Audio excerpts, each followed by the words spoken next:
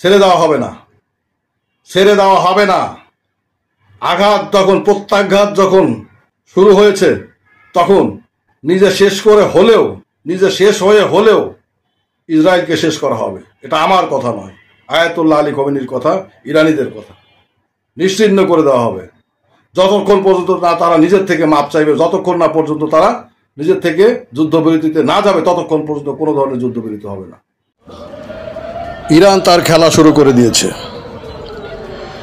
গত রাত্রিতে, মধ্যরাত্রি থেকে সকাল পর্যন্ত আমেরিকার আক্রমণের পরপরই ভোর থেকে শুরু করেছে ইরান তার প্রতিশোধমূলক আক্রমণ ইসরায়েলের উপরে। আমেরিকা ইসরায়েলের অনুরোধ রক্ষার্থে অনেকটা ইরানকে ইনফর্ম করেই এই 3টা কেন্দ্রে হামলা চালিয়েছিল, এবং সেখানে যে তেমন কোনো ক্ষতি হবে না বা আমেরিকা ক্ষতি করার চেষ্টা করেনি, এটা এখন দৃশ্যমান। কিন্তু তাই বলে কি ইরান চুপচাপ থাকবে? দেখেন, হাইফা, তারপরে জেরুজালেম, তারপরে তেল আবিব, একের পর এক মিসাইল আক্রমণ চলতেছে, এবং আজকের মিসাইলগুলো হচ্ছে সবচাইতে অত্যাধুনিক এবং সবচাইতে নিখুঁতভাবে আঘাত করতে সক্ষম মিসাইলগুলো। নির্দিষ্ট লক্ষ্যবস্তুতে আঘাত করতেছে, নির্দিষ্ট ইয়েতে। এটা আমার কথা না, এটা বিভিন্ন বড় বড় সংবাদ মাধ্যমের বিশ্লেষণ।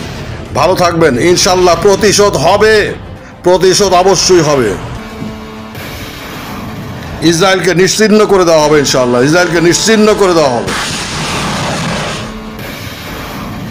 যারা বলে ইরানের পরিণতি ইরাকের মতো হবে, আয়াতুল্লাহ আলী খমেনির পরিণতি সাদ্দাম হোসেনের মতো হবে, তাদের উদ্দেশ্যে দু একটা কথা বলতে চাই। আপনার জন্মের পরে, আপনার বুদ্ধি হওয়ার পরে কখনো ইসরায়েলকে কোনো দেশকে আঘাত করতে দেখেছেন? ইসরায়েলের বিপক্ষে কাউকে উচ্চস্বরে কথা বলতে দেখেছেন?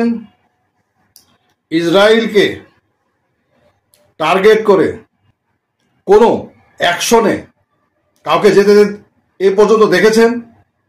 একমাত্র ইরান এবং ইরান সমর্থিত হিজবুল্লাহ বাহিনীগুলো ছাড়া। হিজবুল্লাহদের দিয়ে, হামাসদের দিয়ে, হুতিদের দিয়ে এতদিন প্রক্সি ওয়ার খেলিয়েছে ইরান।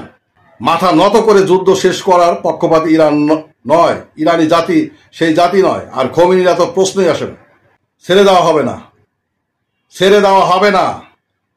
আঘাত যখন, প্রত্যাঘাত যখন শুরু হয়েছে, তখন নিজে শেষ